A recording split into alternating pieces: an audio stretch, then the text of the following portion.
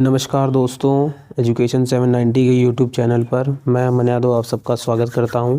आज हम लोग महेश बर्णवाल भारत का इतिहास अध्याय 1 ऐतिहासिक स्रोतों के बारे में पढ़ेंगे। जैसा कि आप लोगों ने कमेंट सेक्शन में मुझे बताया था कि आप लोग को ये भी देखना है, तो इसलिए मैंने ये सीरीज़ भी स्टार्ट कर दी है।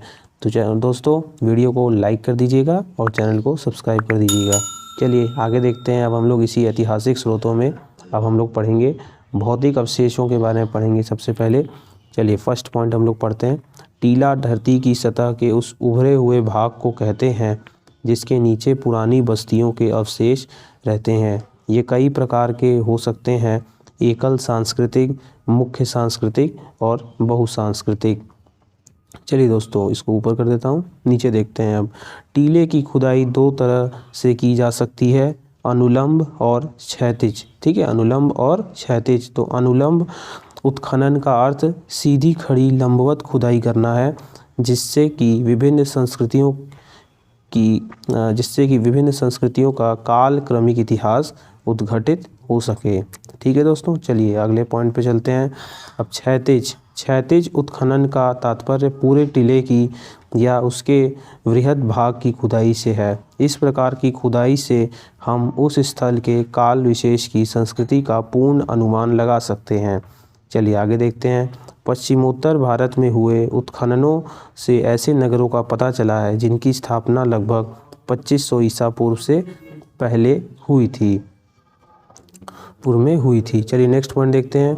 उत्खननों से हमें गंगा की घाटी में विकसित भौतिक संस्कृति के बारे में भी जानकारी मिली है कि उस समय के लोग जिस प्रकार की बस्तियों में रहते थे उनका ढांचा कैसा था, वे किस प्रकार के मृदभांड उपयोग में लाते थे, किस प्रकार के घरों में रहते थे, भोजन के किन अनाजों का उपयोग करते थे और किस प्रकार के औजारों और हथियारों का उपयोग करते थे।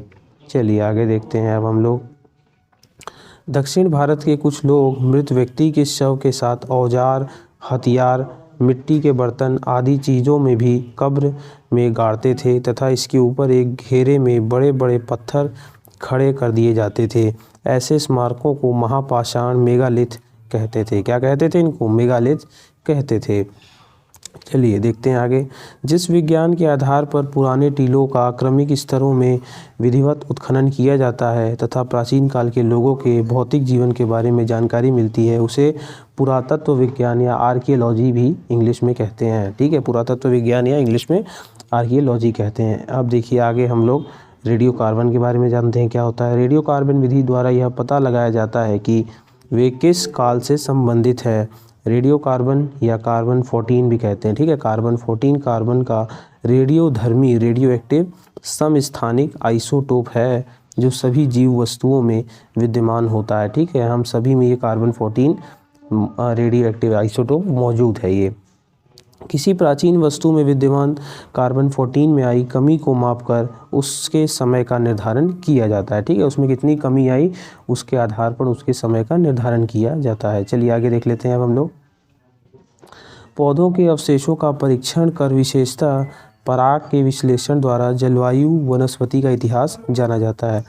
राजस्थान और कश्मीर में कृषि का प्रचलन लगभग 7000 से 6000 ईसा पूर्व में भी था। चलिए आगे देखते हैं। पशुओं की हड्डियों का परीक्षण कर उनकी पहचान की जाती है तथा उनके पालतू होने एवं अनेक प्रकार के कार्य में लाए जाने का पता लगाया जाता है। चलिए अब हम लोग जानेंगे।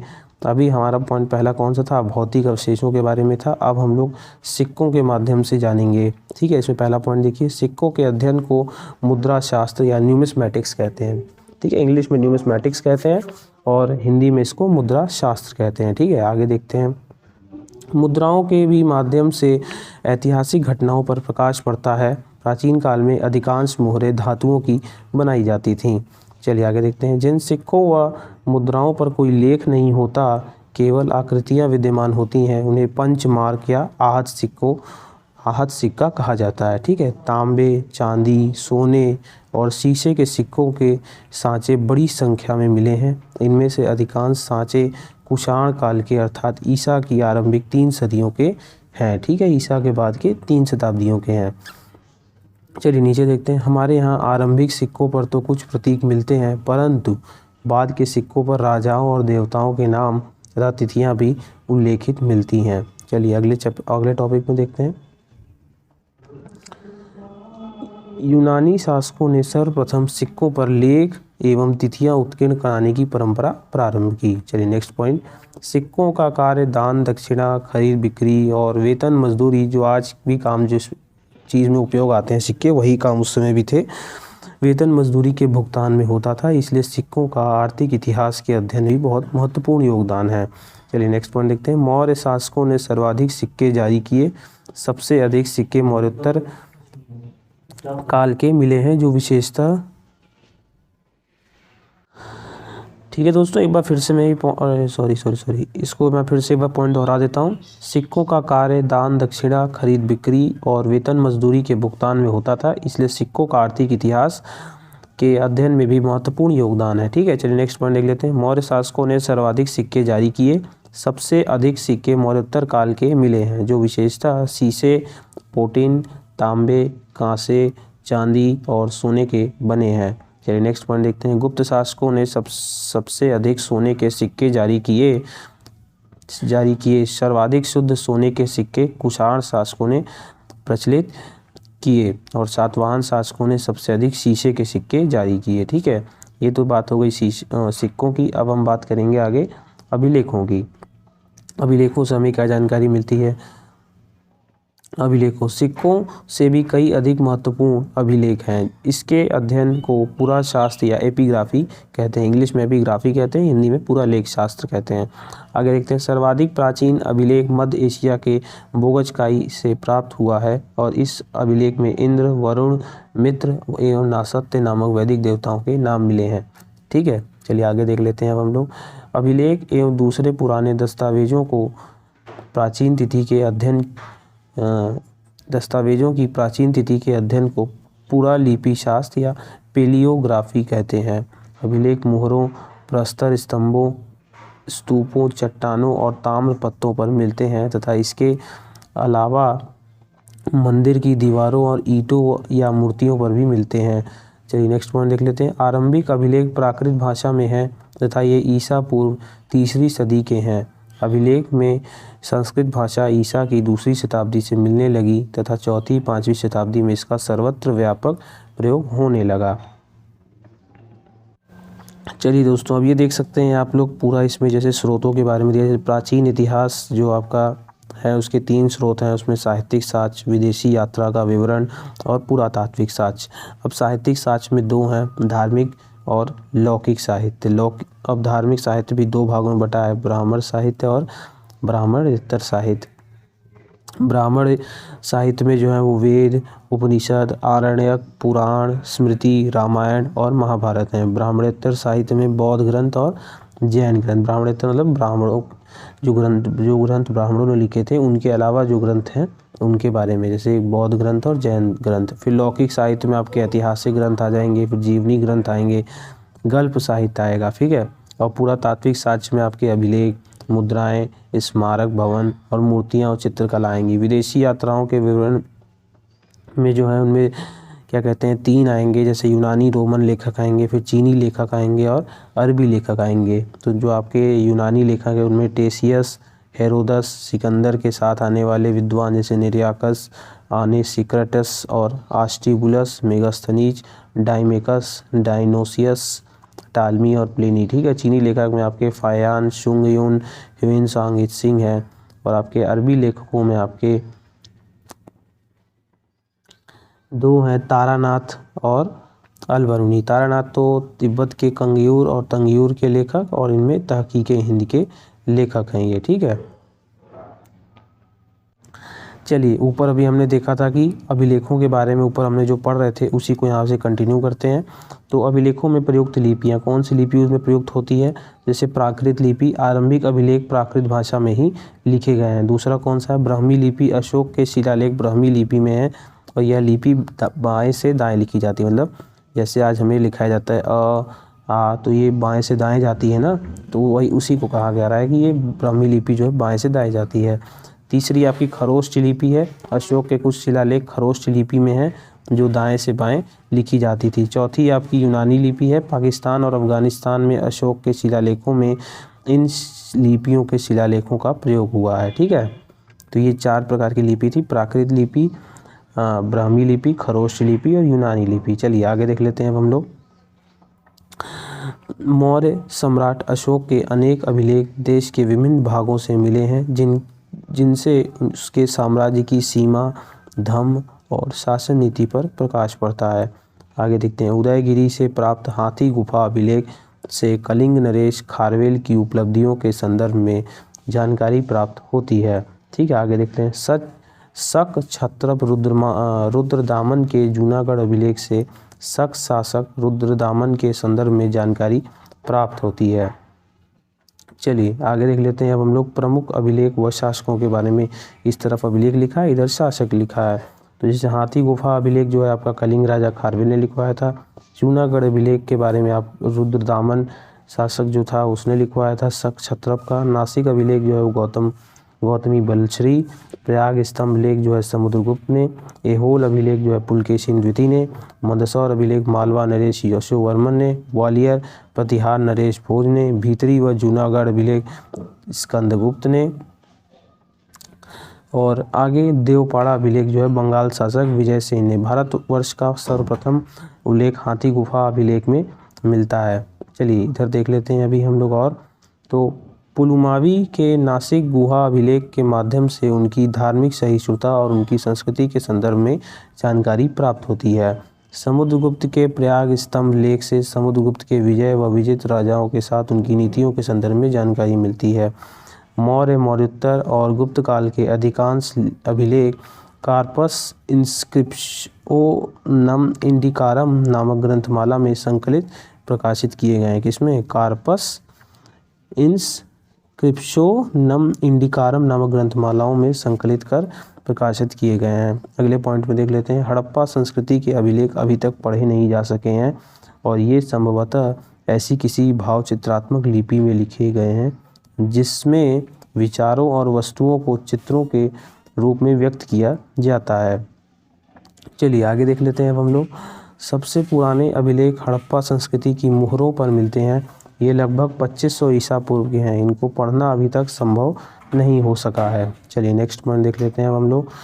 सबसे पुराने अभिलेख जो पढ़े जा चुके हैं वे ईसा पूर्व 3री सदी के अशोक के शिलालेख हैं। ठीक है, इन अभिलेखों को पढ़ने में सर्वप्रथम सन 1837 में जेम्स प्रिंसेप को सफलता मिली, जो उस समय बंगाल में ईस्ट इंडिया कंपनी की सेवा में उच्च पद पर कार्यरत थे। चलिए देखते हैं हम लोग पुरातात्विक स्तंभ अभिलेख व उनके स्थान। तो जैसे बौद्ध स्तंभ लेख जो है वो स्थल भरूच में मिला है, शुंग काल के समय का है, राजा वासुदेव। चलिए दोस्तों अब हम लोग पढ़ेंगे पुरातात्विक स्तंभ अभिलेख व उनके स्थान। ठीक है, तो इसमें सबसे पहला आपका आ गया बौद्ध स्तंभ लेख जो भरूच में है और ये शुंग काल के समय बना था और इससे संबंधित व्यक्ति राजा वासुदेव हैं। और इसकी क्या विषय वस्तु है कि शुंग वंश की प्रारंभिक स्रोत माना जाता है। ठीक है, शुंग वंश का प्रारंभिक स्रोत माना जाता है। फिर गरुड़ स्तंभ लेख जो बेसन नगर विदिशा में है, शुंग द्वितीय के द्वारा बनवाया गया था। भाग बद्री से संबंधित व्यक्ति हैं और इसमें क्या दिया गया है विषय वस्तु? नैतिक शिक्षा की युक्ति द्वारा आत्म संयम, त्याग व सतर्कता 3 नैतिक कार्यस्वर्ग का पक्ष प्रस्तुत करते हैं। चलिए नेक्स्ट वन देख लेते हैं। प्रयाग प्रशस्ति स्तंभ लेख प्रयाग इलाहाबाद में है आपके। गुप्तकालीन साम्राज्य में बनवाया गया था और किसके द्वारा? समुद्रगुप्त के द्वारा। इसमें विषय वस्तु क्या है? समुद्रगुप्त के विषयों का यशोगान जिनकी रचना हरिसेन ने काव्य शैली में की है। चलिए नेक्स्ट देख लेते हैं। एरन स्तंभ लेख जो एरन मध्य प्रदेश में है, गुप्तकालीन है, समुद्रगुप्त द्वारा बनवाया गया था और समुद्रगुप्त के व्यक्तिगत मामलों की सूचना देता है। यह वैदर्भी शैली में है। ठीक है, वैदर्भी शैली में है। 5वां आपका मथुरा स्तंभ लेख जो मथुरा उत्तर प्रदेश में है, गुप्तकालीन का ये भी है, चंद्रगुप्त द्वितीय के द्वारा करवाया गया था और इसमें प्रथम गुप्त अभिलेख जिसमें गुप्त संवत का सबसे पहला वर्ष वर्णित है। इसी स्तंभ में आपको गुप्त संवत का प्रथम वर्ष इसमें दिया गया है। वैष्णव धर्मी गुप्त सम्राट की धार्मिक सहिष्णुता पर प्रकाश पड़ता है। माहेश्वर समुदाय के उदिताचार्य का वर्णन इसी में मिलता है। ठीक है, आगे देखते हैं मेहरौली स्तंभ लेख। ये मेहरौली दिल्ली में स्थित है, गुप्तकालीन का है, चंद्रगुप्त द्वितीय द्वारा बनवाया गया था। मूलतः व्यास के समीप विष्णुवाद पहाड़ी पर स्थित था, जो वर्तमान में कुतुब मीनार के पास है तथा तत्कालीन धातु विज्ञान का उत्कृष्ट उदाहरण है। चंद्रगुप्त द्वितीय के विजय अभियानों एवं उसके द्वारा सिंधु के 7 युद्धों के बाद बाल्टिकों पर विजय प्राप्त करने का इसमें विवरण हमें। चलिए दोस्तों, अब हम लोग आगे देख लेते हैं। अब हम लोग आगे पढ़ेंगे भिलसड़ स्तंभ लेख, जो भिलसड़ में है, एटा में, गुप्तकालीन का ये भी है। कुमारगुप्त प्रथम के द्वारा बनवाया गया था। कुमारगुप्त प्रथम के प्रथम लेख में गुप्त सम्राटों की वंशावली का विवरण है और इसमें कार्तिकेय मंदिर का भी उल्लेख है। ठीक है, आगे देख लेते हैं अब हम लोग भीतरी स्तंभ लेख, जो भीतरी गाजीपुर में है, गुप्तकालीन। और स्कंदगुप्त पूर्वोक्त से किए गए स्कंदगुप्त के पराक्रमी युद्ध एवं उसके द्वारा विष्णु मूर्ति की स्थापना का उल्लेख है। 9वां इसमें बिहार स्तंभ लेख, बिहार शरीफ पटना में है, गुप्तकालीन। स्कंदगुप्त द्वारा अश्वमेध किए जाने का तथा एक स्तूप निर्माण करने का अभिलेख है। 10वां एरण स्तंभ लेख, एरण मध्य प्रदेश, गुप्तकालीन, बुद्धगुप्त। इसमें चतुर्भुजी भगवान विष्णु का सर्वप्रथम अभिलेखीय प्रमाण तथा भगवान विष्णु की महिमा में महाराजा मातृ विष्णु एवं धन्य विष्णु द्वारा ध्वज स्तंभ के निर्माण का वर्णन प्रस्तुत करता है। ठीक है, आगे देख लेते हैं। इसी में सप्ताह के दिनों के नामों का प्रारंभिक प्रयोग भी इसी में किया गया है। एरण स्तंभ लेख, ठीक है, एक और है इसमें, एरण मध्य प्रदेश, गुप्तकालीन। भानुगुप्त महान पराक्रमी गोपराज के रणभूमि में शहीद हो जाने एवं उनकी पत्नी के चिता पर सती हो जाने का प्रथम उल्लेख इसी में मिलता है। ठीक है, सती का पहला उल्लेख इसी में मिला है। आगे देखते हैं तालगुंडा स्तंभ लेख, जो शिमोगा मैसूर में है, गुप्तकालीन। शांति वर्मन और मयूर शर्मन के द्वारा दक्षिण में कदम्बों के इतिहास के अध्ययन का महत्वपूर्ण स्रोत एवं कदम्ब शासक मयूर शर्मन के पल्लवों से संघर्ष का उल्लेख तथा रचयिता कवि के रूप में कुंभज का उल्लेख है।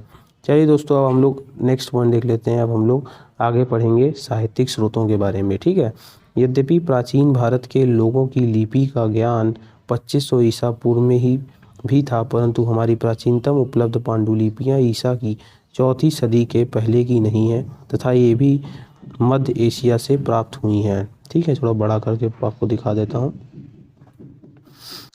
चलिए अब आगे देख लेते हैं हम लोग नेक्स्ट पॉइंट इसी में। ठीक है, थोड़ा बड़ा कर देता हूँ मैं इसी को। हाँ, चलिए नेक्स्ट पॉइंट देख लेते हैं। भारत में पांडुलिपियों, भोजपत्रों और ताड़पत्रों पर लिखी मिलती है, परंतु मध्य एशिया में जहाँ भारत से प्राकृत भाषा फैल गई थी, ये पांडुलिपियाँ मेष, चर्म तथा काष्ठ फलकों पर भी लिखी गई है। चलिए नेक्स्ट पॉइंट देखते हैं। संपूर्ण भारत में संस्कृत की पुरानी पांडुलिपियाँ मिली हैं, परंतु इनमें से अधिकतर दक्षिण भारत, कश्मीर और नेपाल से प्राप्त हुई हैं। ठीक है, आगे देखते हैं। हिंदुओं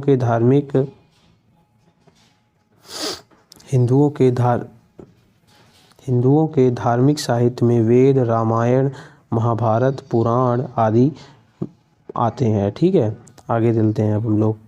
ऋग्वेद को 1500 से 100 ईसा पूर्व के लगभग का मान सकते हैं, लेकिन अथर्ववेद, यजुर्वेद, ब्राह्मण ग्रंथ, आरण्यक और उपनिषदों को 1000 से 500 ईसा पूर्व के लगभग का माना जाता है। ठीक है, चलिए अब हम लोग देखेंगे क्या क्या है हमारे ग्रंथों में, वेद, उपवेद व विवरण उनके बारे में। ठीक है, वेद, तो इसमें पहला आ गया आपका ऋग्वेद। ठीक है, इसमें कौन सा उपवेद है? आयुर्वेद, जो कि चिकित्सा शास्त्र से संबंधित है। दूसरा आपका यजुर्वेद, जो कि धनुर्वेद है, युद्ध कला से संबंधित। सामवेद, गंधर्व वेद, कला एवं संगीत से संबंधित है। अथर्ववेद, शिल्प वेद, भवन निर्माण कला से संबंधित है।